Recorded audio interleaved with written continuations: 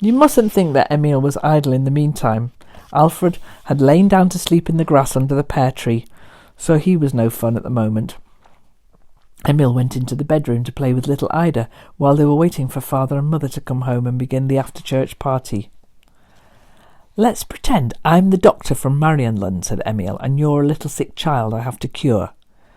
Ida agreed at once. She got into bed, and Emil looked at her throat and listened to her chest and behaved like the doctor from Marienlund. "What's wrong with me?" said Ida. Emil thought for a moment and suddenly had an idea. "You've got typhus," he said. "It's a terrible disease." And then he remembered what Krosamaya had said, that you got blue in the face when you had typhus. And being thorough about such things, Emil looked around for something to make Ida the right colour. On the desk he saw his mother's inkwell, the one she used when she recorded Emil's tricks in her exercise books and when she wrote letters inviting people to after-church coffee. An extra copy of the letter of the invitation was also on the desk. Emil read the bit about "You are cordially invited" and was full of admiration because his mother could write letters so well and express herself so eloquently. Very different from Adrian, who could only manage to write that he had "seed a bear." His mother would not need the extra copy any more, so Emil crumpled the paper into a little ball, which he dropped into the inkwell. Then when it was soaked with ink, he pulled it out and went to Ida, holding it carefully between his finger and thumb. "Now, you'll see what typhus is like," he said, and little Ida giggled with delight. "Shut your eyes tight so the ink doesn't get into them," said Emil, and he painted Ida's face a beautiful blue. But thoughtful boy that he was, he left 2 big white circles for her round her eyes, which made her look so terribly ill that Emil was just a little bit frightened himself. "Oh," said Emil, "Krosamaya was right. Typhus is a terrible disease." Meanwhile, Krosamaya had been hobbling along through the forest, and when she came to the path leading to Katholt, she met Lena on her way back from Smarpelle. "How's your tooth?" said Krosamaya eagerly. "I don't know," said Lena. "What do you mean you don't know?" "Well, it's lying in Smarpelle's junkyard, the skunk. But I hope it's hurting so much that it's screaming its insides out." Lena was feeling more cheerful, and her face was not as swollen as before. She went to the pear tree to show Alfred the hole in her mouth. Krosamaya went into the kitchen to start getting the coffee ready. She could hear the children in the bedroom and wanted to say hello to little Ida, who was her favourite. But when she saw her darling propped up against the white pillow, blue in the face, she exclaimed, "What on earth?"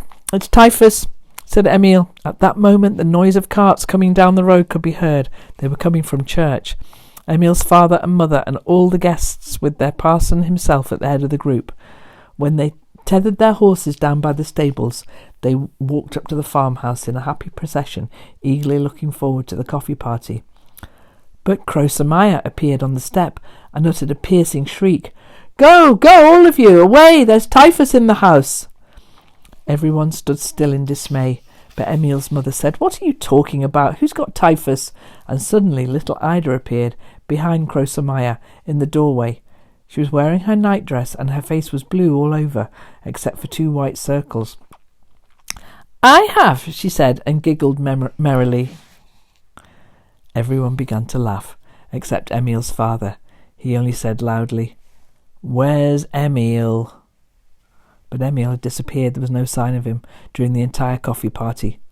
After coffee, the parson went out into the kitchen to comfort Krosamaya, who was sitting there sulking because it wasn't really typhus.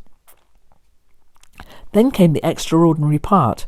When the parson finished comforting her, he happened to catch sight of Emil's bundle of letters, which was lying on a chair. And he said, "Ha!"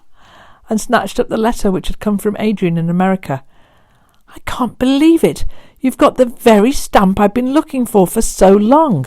You see, the parson was a stamp collector, and he knew what rare stamps were worth. He offered 40 kroner on the spot for the stamp on Adrian's letter. Emil's father gasped when he heard the enormous sum. He shook his head in exasperation.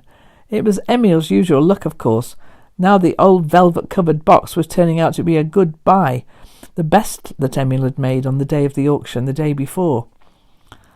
"I can buy half a cow for 40 kroner, said Emil's father resentfully. Then Emil could not bear to stay hidden in the wood bin any longer.